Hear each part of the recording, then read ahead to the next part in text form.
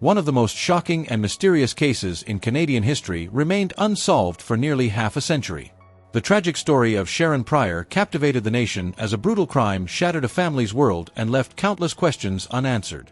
Despite many losing hope of ever discovering the truth, Sharron's parents never gave up their fight for justice. For decades, they held on to the hope that one moment their daughter's murderer would be found and held accountable. And finally, after years of heartache, advances in forensic science and modern technology brought them closer to the truth than ever before. This is the story of Sharron Prior, a tale of loss, perseverance, and a long-awaited path to justice. Sharron Prior was born in the winter of 1959 in Montreal, a city known for its picturesque landscapes and vibrant culture. Her mother, Ber, originally from Great Britain, had immigrated to Canada as a young girl, where she eventually met her future husband, George, a dedicated member of the Canadian Army. George's service to his country shaped much of their family's life. The two fell in love and quickly married, settling down to start a family. Sharron was their first child, born into a loving household filled with hope and promise for the future. From a young age, Sharron exhibited a kind and compassionate nature that would define much of who she was. She had a natural instinct to care for those in need, whether it was a person or an animal. A lover of all creatures, she often brought home stray cats and dogs, particularly those that were sick or injured. She would nurse them back to health, showering them with love and attention, and then work to find them new homes. This deep compassion for animals inspired Sharron to dream of becoming a veterinarian, a path that she seemed destined to follow. Beyond her love for animals, Sharron was a bright and active child who enjoyed many hobbies and activities. She had a passion for sports, frequently participating in hockey, where she demonstrated both skill and enthusiasm. Her artistic side shone through in her dedication to art classes, where she would create drawings and crafts that displayed her creativity. Sharron also took lessons in needlework, honing a skill that required patience and care, two qualities she embodied in every aspect of her life. As she grew older, Sharron's potential only seemed to increase. Bright, independent, and mature beyond her years, she had a promising future filled with opportunities. She was loved by her family and admired by her friends, all of whom saw her as someone destined for a life full of accomplishments and happiness. By 1975, Sharron Prior was a lively 16-year-old balancing the typical joys and challenges of teenage life. She loved trendy clothes, music, and had a passion for staying current with the styles of the time. Despite her growing independence, Sharron was grounded by a strong, supportive family who shared close bonds and cherished their time together. Her parents encouraged her dreams and took pride in their daughter, who had grown into a responsible, thoughtful young woman. In addition to her family, Sharron's world was brightened by her relationship with JN, a boy who had admired her since the 4th grade. Over time, their friendship blossomed into a sincere young love. Seeing the genuine care and respect between them, Sharron's family supported their relationship wholeheartedly. They often spent time together, hanging out with friends, enjoying each other's company, and creating memories as any teenage couple would. March 29, 1975, was supposed to be an ordinary Saturday, yet one that held excitement as the family prepared for the upcoming Easter holiday. That morning, Sharron woke up and joined her mother in finalizing preparations for the celebration. She spent most of the day painting Easter eggs, a family tradition, while also helping her mother put away groceries and gifts. Her mother's boyfriend, Doug, was also there, adding to the holiday spirit as they prepared for a small family gathering later that evening. Sharron planned to meet up with friends at a local pizzeria called Marina's, a place they often gathered. As the time to leave approached, Sharron put on her favorite suede jacket and got ready to step out. It was around 6:30 when she finally left her house, accompanied briefly by a neighbor before going separate ways. Sharron's plan was simple: enjoy a fun evening with friends and then return home to her family, as she had done countless times before. But this time, she would not make it to the pizzeria, marking the beginning of a tragedy that would forever change the lives of those around her. On the evening of March 29, 1975, Sharron left her house around 6:30, excited to meet her friends at the local pizzeria, Marina's. She wore her favorite suede jacket, said her goodbyes, and headed out alone into the evening. However, Sharron never made it to the pizzeria. As the minutes turned to hours, her friends began to worry when she failed to arrive at their usual meeting spot. Meanwhile, back at home, Sharron's mother grew anxious as the evening wore on and her daughter still hadn't returned. She tried to reassure herself that Sharron was simply spending extra time with her friends or John, knowing how close the group was. But as the night progressed and there was still no sign of Sharron, her mother's unease quickly turned to concern. She reached out to John, hoping to hear that Sharron was safe with him. To her dismay, neither John nor any of Sharron's friends had seen or heard from her since she left her house that evening. The absence of any word from Sharron was unsettling. It was completely unlike the punctual and responsible girl to not return home on time or notify someone of her whereabouts, deepening the growing fear that something terrible had happened. When it became apparent that Sharron Prior was missing, a wave of panic and urgency swept through her family and friends. By the next morning, the concern escalated into immediate action. Sharron's mother, struggling to understand her daughter's sudden disappearance, reached out to neighbors, friends, and anyone who might have seen Sharron the night before. With no clear leads and no information to ease their fears, Sharron's family knew they needed help. They promptly went to the police to report her as missing, and soon a large-scale search effort was underway. Word of Sharron's disappearance quickly spread through the community. Hundreds of people, both locals and volunteers from nearby areas, joined in to assist with the search. Law enforcement officers canvassed the neighborhood and its surroundings, hoping to find any trace of the young girl. Volunteers searched parks, alleyways, and abandoned areas, calling out Sharron's name and hoping to hear her voice in response. Flyers were distributed, and her description, 16 years old, with long brown hair, wearing her favorite suede jacket, was plastered all over the city. As the hours stretched into days, the hopeful search for the missing teenager began to turn into a desperate race against time. As the days dragged on, the hope of finding Sharron safe and sound began to diminish. There were no sightings, no new leads, and every possible clue seemed to lead to a dead end. It was clear to everyone involved that something was terribly wrong. The Prior family, overwhelmed with fear and anxiety, could only wait and pray that their beloved daughter would be found. However, the grim reality began to set in. Sharron was not simply lost. Something much darker had happened. Several days after her disappearance, on April 1st, the devastating news came. Sharron's body was discovered in a wooded area in Longoy, an industrial neighborhood not far from her home. She was found brutally murdered, lying face down on the ground, naked from the waist down. The scene was horrifying, and the violent nature of her death shattered any remaining hope that she would be found alive. The joyful, compassionate girl who had dreamed of becoming a veterinarian was gone, and the shocking tragedy left her family and community in disbelief and deep sorrow. An autopsy was quickly ordered to determine the full extent of the crime and the circumstances leading to Sharron's death. What emerged was a haunting picture of her final hours. It was evident that Sharron had suffered immensely. The autopsy revealed that she had been held captive for several days, during which she was subjected to horrific abuse and torture. The physical evidence pointed to brutal sexual assault, and signs of strangulation were found on her neck. Additionally, multiple injuries across her body suggested that she had been beaten and her ribs had been crushed, evidence of extreme violence and cruelty. The forensic examination concluded that she had died just hours before her body was discovered, meaning she had been kept alive for several days after her abduction. The nature of Sharron's murder stunned the detectives, and the sheer brutality of the crime was nearly unfathomable. The search for her killer began immediately as the police worked tirelessly to piece together the evidence and track down any possible suspects. The scene where Sharron's body was found was meticulously examined, and several clues were discovered. Tire tracks were found nearby, suggesting that the murderer may have driven to a secluded spot to dispose of her body. A faint trail of blood droplets led from where the car had been to where Sharron was found, indicating that she had been transported from one location to another. Among the personal items found at the scene, one piece of evidence stood out, a small receipt for a jacket that Sharron was supposed to pick up. This jacket, a symbol of her membership in a local sports association, had special meaning to Sharron for her disappearance. She had eagerly anticipated collecting the jacket as a reward for her achievements.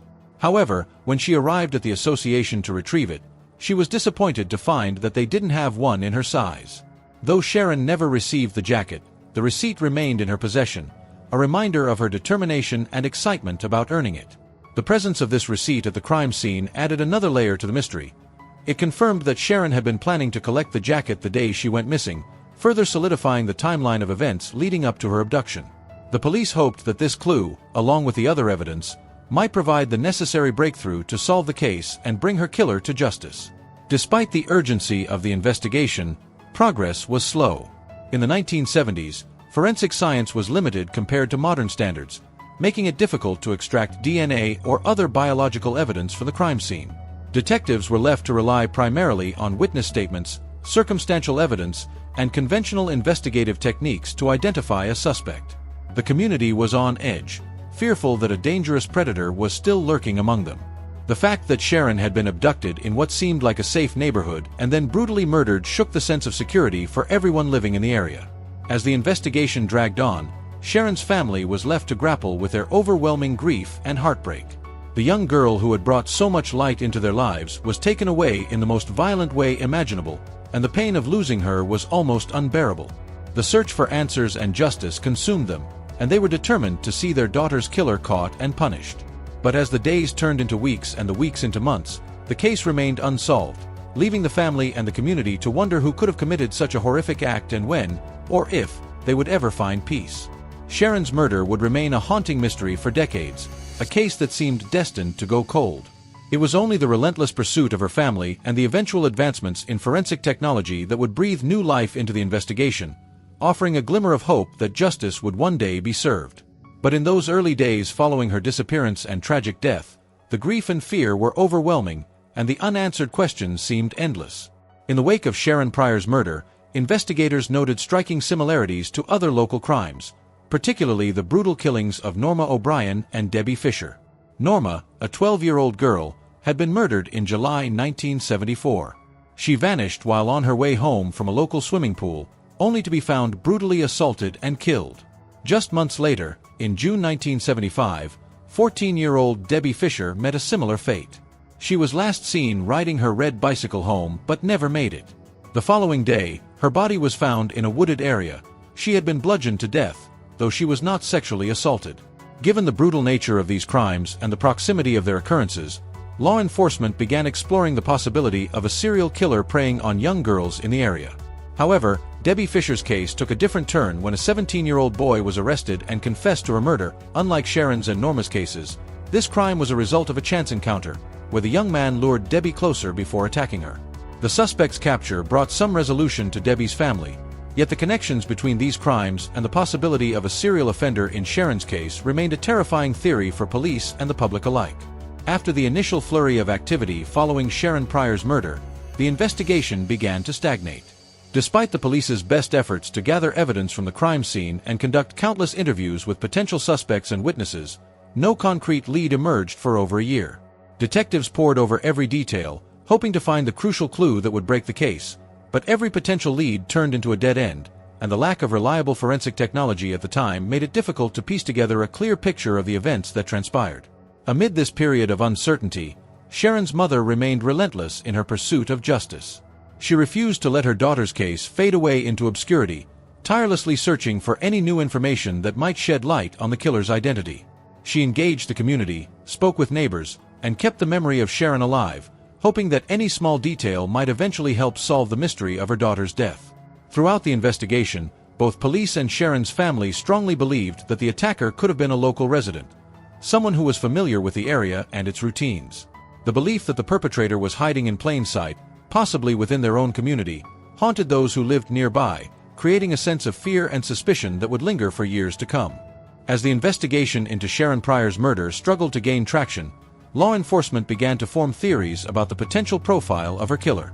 Given the brutality of the crime and its calculated nature, investigators speculated that the perpetrator might be a young local man with a troubling history of abusive or violent behavior, someone familiar with the area who would have known where to approach Sharron without drawing attention and how to discreetly dispose of evidence. This led police to focus on individuals within the neighborhood who had past criminal records, especially those with offenses related to assault or violence. Moreover, as they explored connections to other unsolved cases in the vicinity, detectives began to consider the possibility of a serial killer. The recurring pattern in these cases pointed to an offender who had a preference for control and domination, often escalating to violence and torture. The killer appeared to target young girls, abducting them from familiar environments before subjecting them to brutal abuse. This consistent modus operandi, focused on manipulation, violence, and ultimately murder, suggested a predator who carefully chose victims and carried out the attacks with a chilling level of premeditation. The similarities in the cases of other local murders, such as the attacks on Norma O'Brien and later Tammy Leigh, highlighted a disturbing pattern. Each victim was young, abducted near their home, and subjected to brutal physical abuse. The mounting parallels in how the crimes were executed raised strong suspicions that they were connected and orchestrated by the same individual or group. The fear of a serial offender hiding within the community loomed over the neighborhood, casting suspicion on everyone and driving an intense manhunt for someone who seemed to strike without warning and leave little trace behind. Not long after Sharron Prior's tragic death, another brutal case shook the community and heightened fears of a serial predator. Tammy Leigh, a young girl who lived in the same area, was discovered barely alive after a violent attack. She had suffered severe injuries, and despite the desperate efforts of medical professionals, Tammy succumbed to her wounds shortly after being found. The nature of her assault bore eerie similarities to Sharron's murder. Both victims were young girls abducted from their neighborhoods, subjected to extreme physical abuse, and left to die in secluded areas. Tammy's case reinforced law enforcement's growing theory that a serial offender was operating in the area, targeting young girls in a similar manner. The brutality of the assault, the method of abduction, and the apparent desire to inflict suffering mirrored the patterns seen in Sharron's case. Like Sharron, Tammy showed signs of having been held captive before her death, suggesting that the perpetrator took time to exert power and control over the victims. The close proximity of the attacks, along with the striking similarities, led investigators to believe they were looking for a single individual or potentially a small group responsible for both Tammy's and Sharron's murders. The escalating violence and repeated targeting of young girls created an urgent need to apprehend the killer, but without definitive forensic evidence or eyewitness accounts, the case remained painfully open-ended, leaving law enforcement struggling to find the predator before another innocent life could be taken. In the years following Sharron Prior's murder, her mother never stopped fighting for justice, holding on to the hope that her daughter's killer would one day be found. As time passed and technology advanced, she became increasingly determined to see the case reopened. In 2000, more than 25 years after Sharron's murder, she successfully pushed law enforcement to re-examine the evidence using modern forensic techniques. Thanks to advancements in forensic science, investigators were able to reanalyze the evidence collected from the crime scene, this time focusing on extracting any possible DNA samples. Careful examination of Sharron's clothing and other items revealed a potential DNA sample from the suspect, an invaluable clue that had not been accessible during the initial investigation. This development breathed new life into the cold case, as DNA analysis now held the promise of identifying Sharron's killer and finally bringing justice. However, the breakthrough wasn't as conclusive as hoped. When the newly extracted DNA profile was run through the existing database, no matches were found, indicating that the suspect was either never apprehended for another crime or their DNA had not been recorded. Despite this, Sharron's mother remained hopeful. The preserved DNA sample meant that one day, with further advancements in technology or the expansion of the DNA database, a definitive match could be found, offering a potential resolution to the long unsolved case. The search for justice continued, but now there was a glimmer of hope, a genetic link that could eventually lead to the identity of Sharron's murderer. As the investigation into Sharron Prior's murder stretched across decades, one name eventually surfaced as a potential suspect: Patrick French, known to law enforcement as a dangerous criminal with a violent past.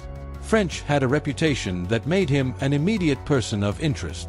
Several reports surfaced suggesting that French had allegedly boasted about his involvement in Sharron's murder, heightening suspicion.